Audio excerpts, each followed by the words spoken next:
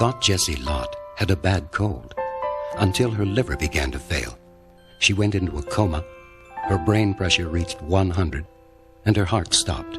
For 20 minutes, she was gone. And then, she came back. An ordinary emergency, really. Except for one thing.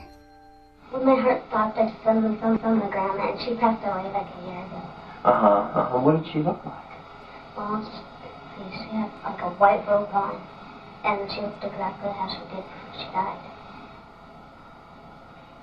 I've interviewed dozens and dozens and dozens of children who have had these experiences. Pediatrician Dr. Melvin Morse at the Seattle Children's Hospital has conducted by far the most in-depth research into children's near-death experiences. His documentation includes extensive on-camera interviews with children, such as Jessie Lott. And what did you think about that, your grandma being there? I was just so shocked. I didn't, I don't know. It's like she was right there, and I was right here, and I can't move. She's just sitting there. It's like she's frozen. I was sort of scared, but sort of happy to see her. That's all I remember. That she was sitting in a chair. She was sitting frozen, and she was fine. I don't know where I went, but I went somewhere. She's just a kid. A kid with no axe to grind, no knowledge of the concept of the near-death experience. In her case, hardly any religion in her upbringing at all. Just a kid who remembers what she experienced. Hers is just one of the stories Tom Harpur, Rhodes Scholar, theologian, and journalist, encountered when he was researching his bestseller, Life After Death. Just a kid. But to children, and particularly those who have had no special indoctrination in religious ideas, have something unique to tell us about what happens after death. Are their experiences different? Or do they have the same experiences as adults, but see them differently? Are they better reporters because of their lack of sophistication? In this program, we will look at many examples of children's testimony. Children have simple and pure experiences. They use words like neat or weird, which are very, very real feelings. That the typical child's near-death experience, they go, "Wow, I thought I was floating out of my body, and I knew I was dead, but I was still alive." And there's a genuine quality of mystery about it. How could such a thing be really happening to them? They're often frightened by the experience. Many of them wonder how they're going to get back in their body. Since it's so far out of the realm of anything they expected, they frequently say it was scary. That's not an unusual experience at all.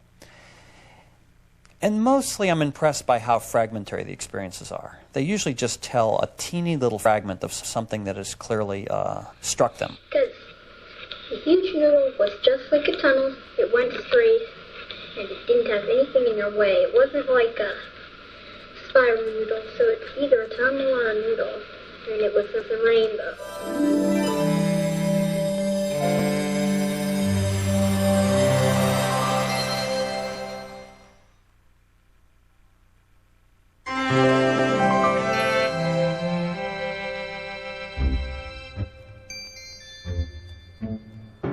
A horrendous crash on a snowy mountain bridge plunged 3-year-old Chris Eggleston into a freezing lake. Was that scary? Yeah, and our mom yelled to take our seatbelts off.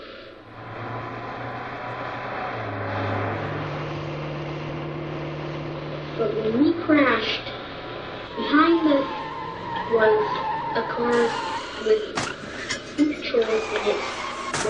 He was the person who saved my life. Who saw us go around the curve. When he came around the curve, he didn't see us anymore.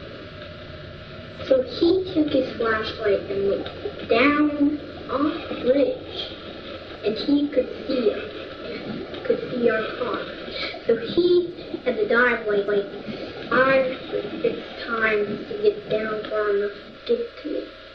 And during all that time, I was having a near-death experience.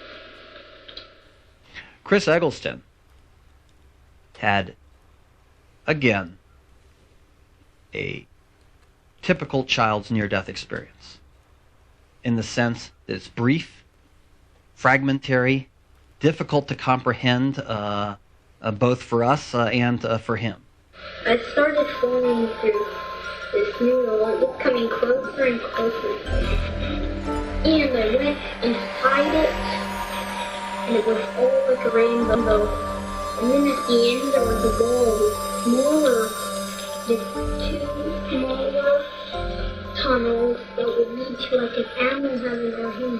And he was in a car which filled up with water, and he nearly drowned. He said suddenly everything went blank.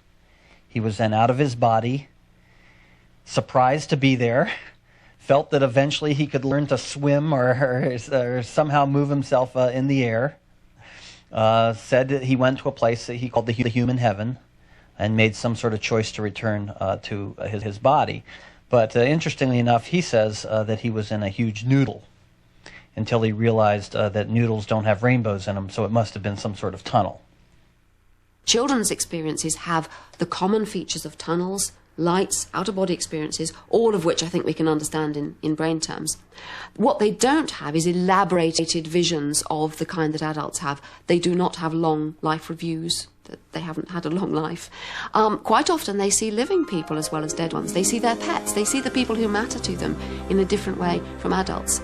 We also mustn't forget that many children, particularly in America where most of these stories come from, are exposed to a lot of religious propaganda early in their life. They hear about heaven and hell and pearly gates and angels and so on. And in fact, some of the angels children report are classic sort of painted angels that you might get in a religious shop, wings and halos and the whole works. So I think a lot of the details come from children's expectations, just as they do with adults. And then I didn't know which was which, so I started floating down one of these animals. Then I ran into this humongous flower.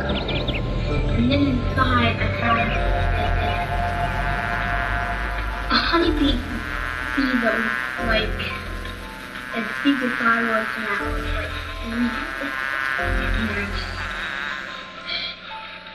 I knew he liked me because he gave me some bread.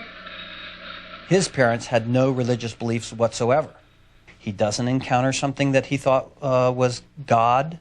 His heaven is a very commonplace description of heaven in that it was a golden castle with pearly gates, the kind of thing that I think virtually every child is exposed to.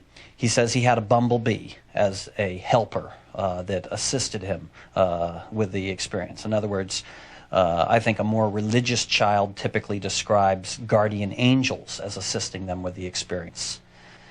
In his case, it was a bumblebee, a very non-religious image in keeping with his very non-religious background. The one message I've learned from children's near-death experiences is that we die the life we live. So, it seems we die the life we live. The same images that are comforting to you in life are comforting in death. How did that make you feel? I was sort of scared, but sort of happy to see her. You were happy to see her. And then what happened? One of the most interesting things about watching the interview with Jessie Lott is the fragmentary nature of her experience. She's obviously struggling with something very profound that's happened to her, and yet she herself doesn't understand it. She has a long memory gap to the very moment her heart stopped beating. And that's when she had the image that her grandmother was sitting there at the bedside. I was just so shocked to see her. She has the sensation she went somewhere else, and then she was back. And then following this tiny little memory, which is localized to the point of her near death, she then has another long memory gap. She doesn't tell us a coherent story. She doesn't fill in every memory gap. She doesn't have a logical or rational explanation for the puzzling things that happened to her. Instead, she simply tells us what she saw and how profoundly affected she was by it.